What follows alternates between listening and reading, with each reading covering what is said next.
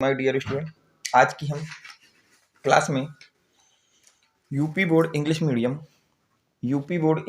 के model paper को solve करेंगे बेटा। यूपी बोर्ड इंग्लिश मीडियम के मॉडल पेपर को सॉल्व करेंगे फिजिक्स के। किसके बेटा? फिजिक्स के मॉडल पेपर को हम लोग सॉल्व करेंगे। तो मॉडल पेपर जो हम सॉल्व करने जा रहे हैं बेटा, वो है आपके पास सेट नंबर 1, जिसका आपका कोड है 346 GA। क्या है बेटा? 346 GA। इस मॉडल पेपर को हमको आज सॉल्व करना है। ठीक, देखते हैं बेटा इसका सॉल्यूशन कैसे क्या किया जाएगा।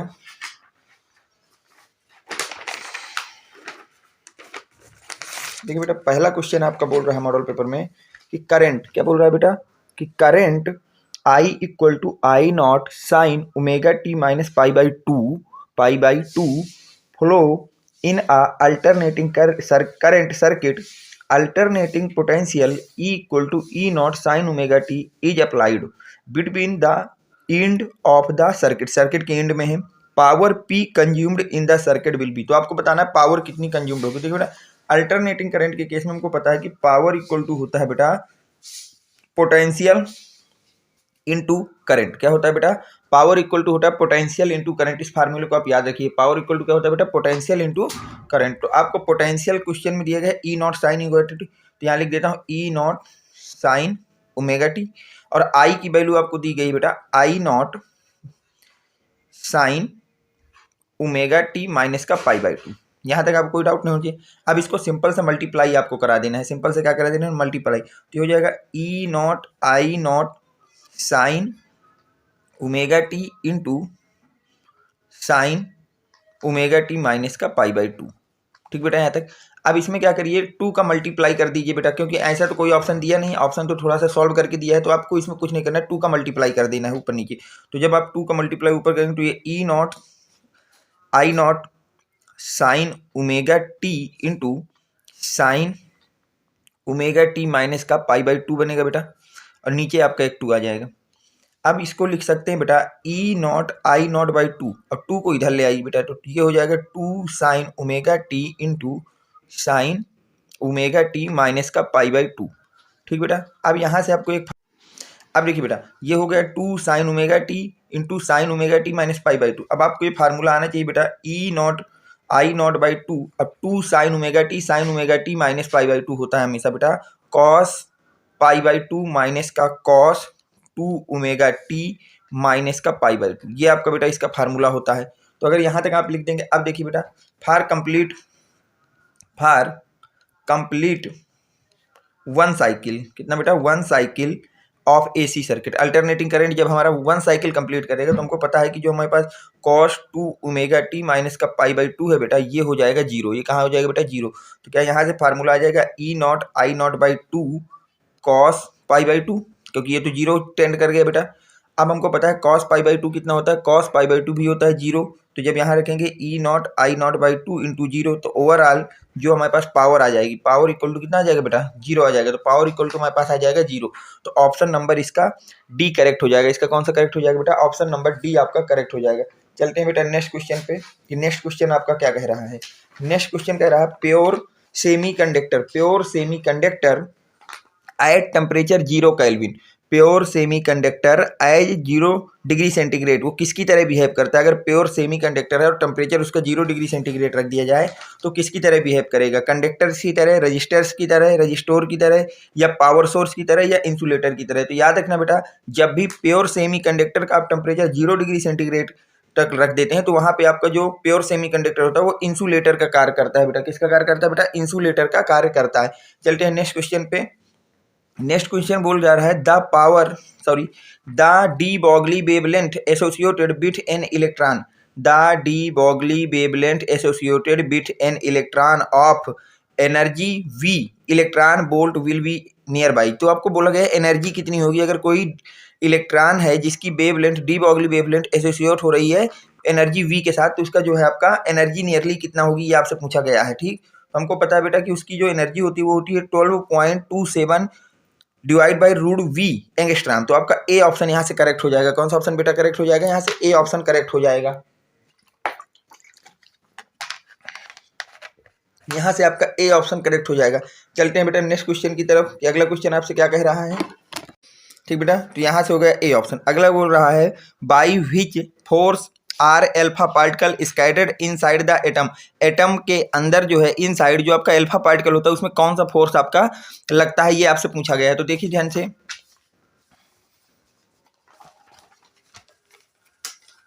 आपको बोला गया है बेटा gravitational force, nuclear force, coulombs force या मैग्नेटिक फोर्स। तो याद रखना बेटा कि जो आपके फोर्स लगता है अल्फा पार्टिकल पर स्कैटर्ड करते समय इनसाइड द एटम, तो वो लगता है बेटा कूलाम्स फोर्स। तो आपका थर्ड ऑप्शन इसका करेक्ट हो जाएगा।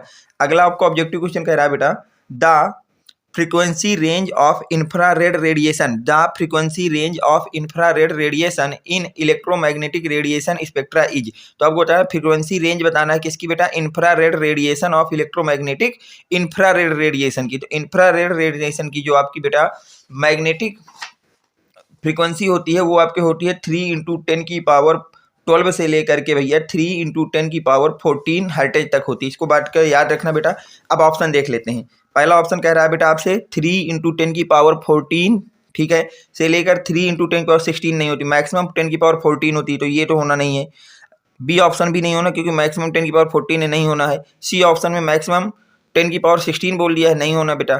और डी ऑप्शन आपके पास बेटा बी ऑप्शन करेक्ट हो जाएगा, जो होगा 3 × 10⁻12 से लेकर के 3 × 10⁻14 तक। तो आपका जो ई ऑप्शन है, ई क्वेश्चन है, उसका सेकंड ऑप्शन करेक्ट हो जाएगा। चलते बेटा नेक्स्ट क्वेश्चन पे कि नेक्स्ट क्वेश्चन आपसे क्या कह रहा है। नेक्स्ट क्वेश्चन कह रहा है a beam of ray passes from air. एक बीम है जिसको हमने कहाँ से पास कराया बेटा, एयर से पास कराया। A beam of ray passes through air to water, air से वाटर में उसको पास कराया है। Which among the following will remains unchange, तो उसमें क्या अनचेंज रहेगा, वेलोसिटी, एम्पलीट्यूड, वेवलेंथ या फ्रीक्वेंसी। तो याद रखना बेटा किसी भी रे को अगर हम लोग one medium to another medium enter कराते हैं तो वहां पे फ्रीक्वेंसी हमेशा कांस्टेंट रहती है। तो याद रखना बेटा मीडियम आपका बदल गया, रे को एयर से हम लोग कहाँ लेके जाए वाटर में, मतलब मीडियम चेंज हो रहा है, तो यहाँ पे फ्रीक्वेंसी ऑलवेज कांस्टेंट रहेगी बेटा। तो इसका डी ऑप्शन करेक्ट हो जाएगा। इसका कौन सा करेक्ट हो जाएगा बेटा, डी ऑप्शन करेक्ट हो जाएगा। अब चलते हैं बेटा सेकंड नंबर का क्वेश्चन आपसे क्या कह रहा है।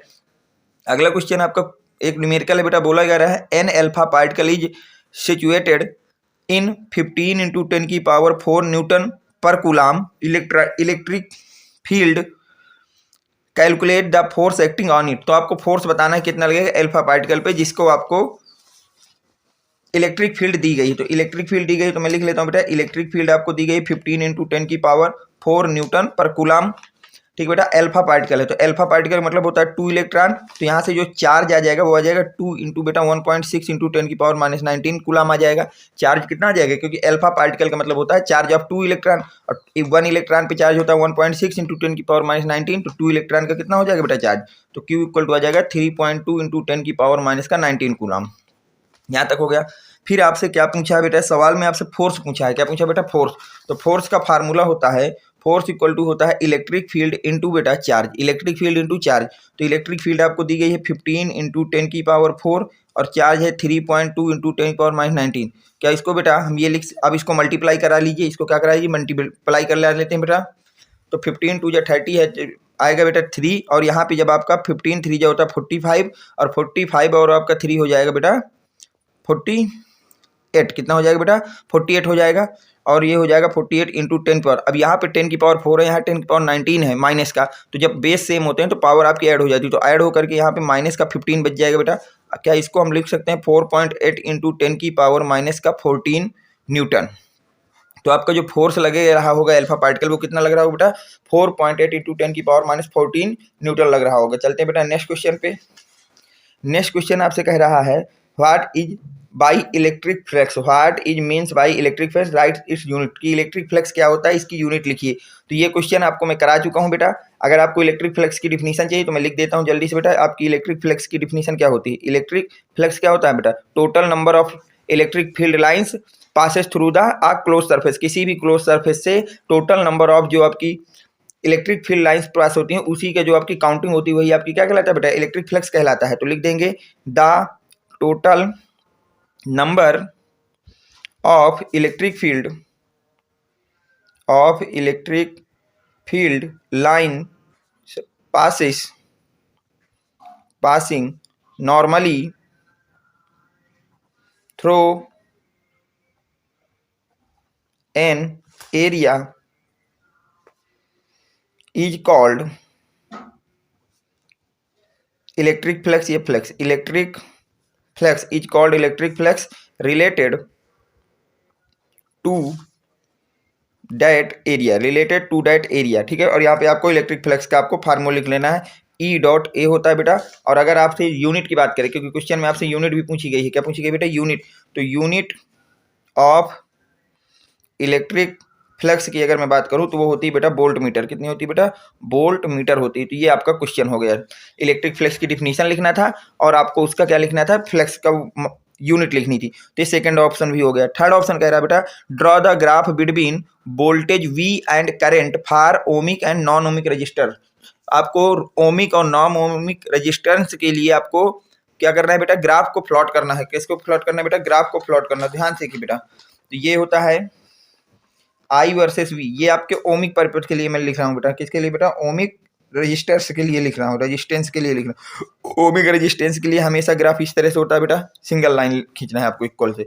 और अगर आपको नॉन ओमिक के लिए लिखना है, किसके लिए लिखना है बेटा, नॉन ओमिक के लिए, तो ये हो जाएगा बेटा, नॉन ओमिक का ग्राफ यूँ होता है। ये आपका नॉन ओमिक के लिए हो गया ग्राफ, नॉन ओमिक के लिए ये ग्राफ हो गया बेटा, ठीक है। ये आपका थर्ड क्वेश्चन हो गया। थर्ड क्वेश्चन में ये बोला गया। अब देखिए फोर्थ क्वेश्चन की बात करें कि फोर्थ क्वेश्चन आपसे क्या कह रहा है। फोर्थ क्वेश्चन आपसे कह रहा है बेटा, थर्ड हो गया ना, हाँ fourth, express the de Broglie wavelength in term of kinetic energy. आपको डी बॉगली वेवलेंथ लिखनी है काइनेटिक एनर्जी के टर्म में। तो आपको पता है काइनेटिक एनर्जी के टर्म में फोर्थ नंबर का क्वेश्चन, लेमडा इक्वल टू होता है H/2m के रूट के अंदर। तो ये होता है बेटा wavelength in term of the kinetic, यहाँ पे लेमडा को हम लोग वेवलेंथ बोलते हैं। क्या बोलते हैं बेटा, वेवलेंथ बोलते हैं। जो आपके पास के होता है इसको बोलते हैं काइनेटिक एनर्जी। क्या बोलते हैं बेटा, काइनेटिक एनर्जी। तो आपका ये होगा, इसमें केवल रिलेशन पूछा था और कुछ पूछा भी नहीं, तो इतना ही आपको लिख देना और कुछ इसमें लिखना भी नहीं है। अब चलते हैं बेटा लास्ट ई ऑप्शन क्वेश्चन पे कि ई आपसे क्या कह रहा है। बोला गया है the radius of each curved, the radius of each curved surface of a convex lens 20 centimetre. कोई कॉन्वेक्स लेंस है बेटा, ये आपको कॉन्वेक्स लेंस दिया गया है। बोला गया है इस कॉन्वेक्स लेंस में जितने भी आपके पास लेंसेस हैं उन सबकी जो आपकी क्या बेटा रेडियस है, तो वो है आपके पास कितनी बेटा, 20 सेंटीमीटर। तो R1 इक्वल टू 20 सेंटीमीटर और R2 इक्वल टू भी 20 सेंटीमीटर दिया गया है। फिर आपसे बोला गया है इस क्वेश्चन में, and reflective index of medium of lens is 1.5। जो रिफ्लेक्टिव इंडेक्स है म्यू है वो आपको दिया गया है 1.5। फिर बोला गया है if the lens in cut along A B. अब अगर हमने लेंस को इस तरह से काट दिया है बेटा ए बी के अलॉन्ग, मतलब एक पार्ट ये बन जाएगा और एक पार्ट आपका ये बन जाएगा, इस तरह से काट दिया हमने। फिर आपसे बोला गया है आगे as shown in the figure, ठीक है, then what will be the focal length of the each new lenses. तो आपको फोकल लेंथ बताना है ईच न्यू लेंसेज की कितनी हो जाएगी। तो हमको पता है अगर फोकल लेंथ निकालनी है तो फोकल लेंथ का फार्मूला होता है 1/f equal to reflective index -1 divide by focal length of first और फोकल लेंथ ऑफ सेकंड, ये होता है बेटा फार्मूला। तो म्यू की जगह हम 1.5 माइनस का 1 रख सकते हैं। अब यहाँ से हम जब इसको सॉल्व करेंगे 1/20। अब देखिए इसका तो आपका 20 रहेगा, लेकिन इसका वाले का जो आपका रेडियस हो जाएगी वो 0 हो जाएगी। इसकी रेडियस कितनी हो जाएगी बेटा, 0 हो जाएगी। कितनी हो जाएगी, 0। तो माइनस का 1/0। अब यहाँ से 1.5 में 1 को आप जब सब्ट्रैक्ट करेंगे तो बचेगा 0.5 और ये आ जाएगा 1.20। तो क्या इसको बेटा 1/40 लिख सकते हैं। तो 1/f इक्वल टू आ गया 1/40। तो f इक्वल टू कितना आ गया बेटा, 40 सेंटीमीटर।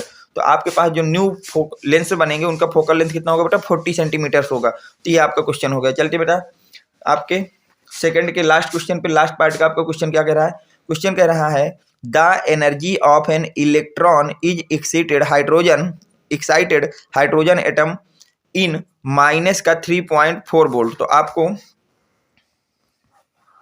एफ नंबर में बेटा एनर्जी दी गई है माइनस का 3.4 इलेक्ट्रॉन वोल्ट, ठीक है। Determine the angular momentum of electron. आपको एंगुलर मोमेंटम को डिफाइन करना है, तो यानी कि एल को डिफाइन करना है। एंगुलर मोमेंटम को हम लोग एल से रिप्रेजेंट करते हैं, तो यहाँ पे एल लिख दिया, L equal to question mark.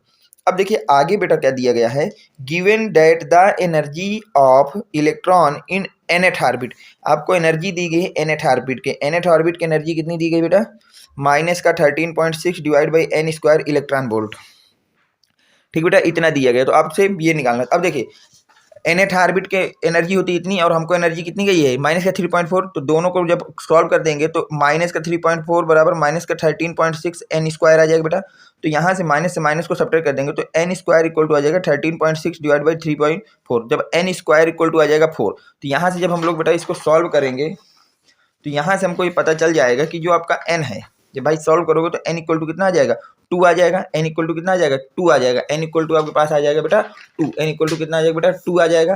तो अगर n इक्वल टू 2 आ गया तो एंगुलर मोमेंटम का फार्मूला क्या होता है बेटा, एंगुलर मोमेंटम इक्वल टू होता है NH/2 बेटा। तो एंगुलर मोमेंटम को L equal to n equal to 2 आ ही गया है। h की वैल्यू आपको याद होना चाहिए 6.6 इंटू 10 की पावर माइनस का 34 होती है बेटा। 2 और पाई की वैल्यू आपको पता होनी चाहिए 3.14 होती है।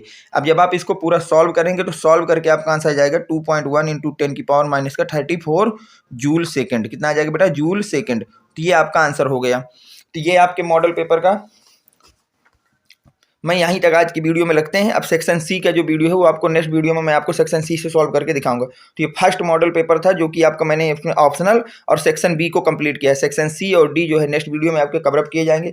अभी तक जो भी बच्चे मेरी टेलीग्राम चैनल से नहीं जुड़े हुए हैं, अभी तक जो भी बच्चे मेरे टेलीग्राम चैनल से नहीं जुड़े हुए हैं वो इस नंबर पर 7880960882 इस नंबर पर बेटा व्हाट्सएप करेंगे, अपना नेम लिखेंगे, क्लास लिख देंगे और डिस्ट्रिक्ट लिख देंगे। मैं आपको वहाँ से टेलीग्राम की लिंक प्रोवाइड करा दूंगा, जहां जा करके आपको उस ग्रुप में भी जुड़ जाना। वहां पे भी आपको स्टडी से रिलेटेड काफ़ी चीज़ें मिलती हैं।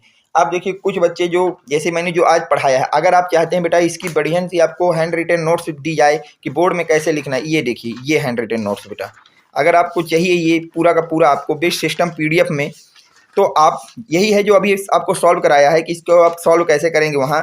तो आपको एक मॉडल पेपर को विद सोल्यूशन आपको अगर लेना है तो इसकी जो आपकी प्राइस है बेटा वो 20 रुपीज़ है। वो कितने रुपीज़ है बेटा 20 रुपीज़ है। आपको एक मॉडल पेपर अगर आप मुझसे चाहिए इंग्लिश मीडियम का तो आपको उसके लिए 20 रुपीज़ पे करने होंगे। जो कराया है वही है बिल्कुल, या तो आप इसी वीडियो से कर ले तो कोई दिक्कत नहीं है। लेकिन अगर आप ये चाहते हैं कि आपको हैंड रिटन नोट्स भी प्रोवाइड कराई जाए जैसे ये है बेटा इस तरह से, तो आपको 20 रुपीज़ पर मॉडल पेपर आपको पे करना पड़ेगा। और पे कैसे करना है 7880960882 ये मेरा बेटा पेटीएम और फ़ोन पे नंबर है। इस पे 20 रुपये को आपको ट्रांसफ़र करके उसका स्क्रीनशॉट लेके मेरे इसी व्हाट्सएप में भेज देना है और मैं उसको चेक करके आपको वहाँ से PDF शेयर कर दूंगा। तो उम्मीद करता हूँ कि आज का वीडियो आपके लिए काफ़ी हेल्पफुल रहा होगा। तो वीडियो को लाइक कर दें, चैनल को सब्सक्राइब कर दें। Thanks for watching. Next video coming soon.